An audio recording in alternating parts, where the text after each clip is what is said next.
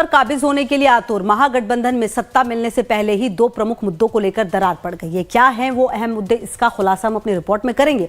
फिलहाल आपको ये भी बता दें कि पिछले 35 साल से बैक सीट पर बैठने वाली कांग्रेस अब फ्रंट सीट पर बैठना चाहती है, यानी महागठबंधन रूपी गाड़ी का चालक बनना चाहती है, ना कि पैसेंजर। पेश है लाइव टाइम्स की यह खास रिपोर्ट। जब अधिसूचना जारी होगी, हमारा गठबंधन है और हम लोग मजबूती से चुनाव लड़ेंगे।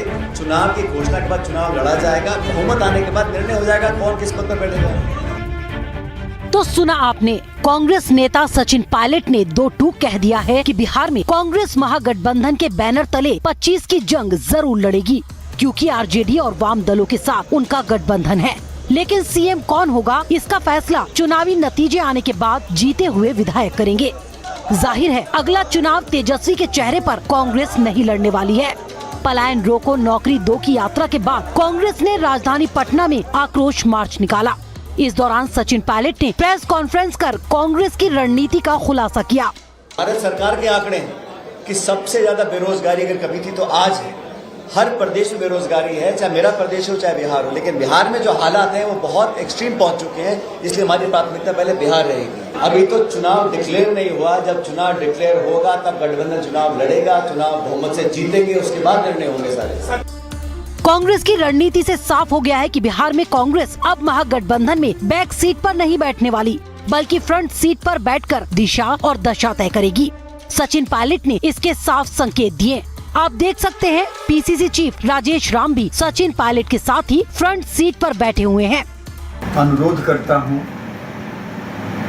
कि महागठबंधन की तरफ से बिहार प्रदेश कांग्रेस कमेटी के अध्यक्ष माननीय विधायक श्री राजेश राम को महागठबंधन से मुख्यमंत्री प्रत्याशी के रूप में प्रस्तुत कर चुनाव लड़ा जाए।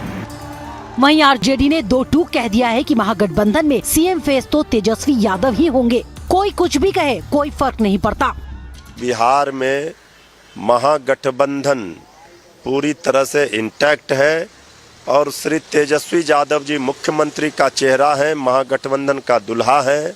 ड्राइविंग सीट पर आरजेडी है, अगुवाई कर रही है। बाकी सहयोगी दल मजबूत होते हैं तो और फायदा होगा। महागठबंधन में सिर्फ सीएम चेहरे को लेकर ही कांग्रेस और आरजेडी में अनबन नहीं है, बल्कि मुद्दों की लड़ाई में भी कांग्रेस और आरजेडी एक दूसरे के सामने खड़ी हो गई हैं। फिर चाहे बेरोजगारी का मुद्दा हो या फिर किसानों का, जो कभी तेजस्वी का एक्स फैक्टर था, वो अब कन्हैया का एक्स फैक्टर बन चुका है। पटना की आक्रोश रैली इसका जीता जागता सबूत है। सचिन पायलट ने भी इशारों में लालू राबड़ी के 15 साल के शासन पर सवाल खड़े किए।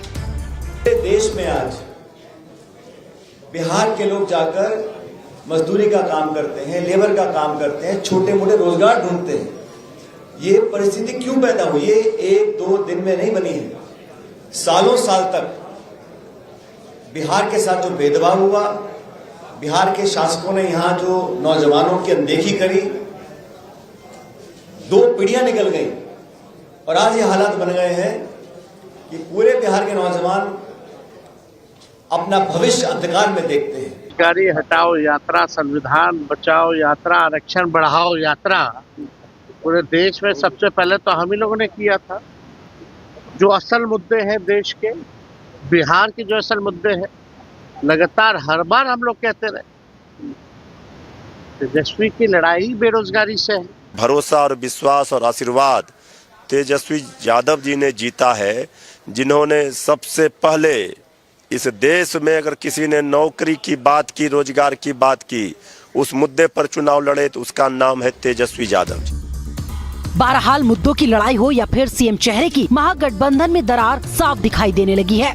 लाइव टाइम्स के लिए पटना से अमित सिंह की रिपोर्ट।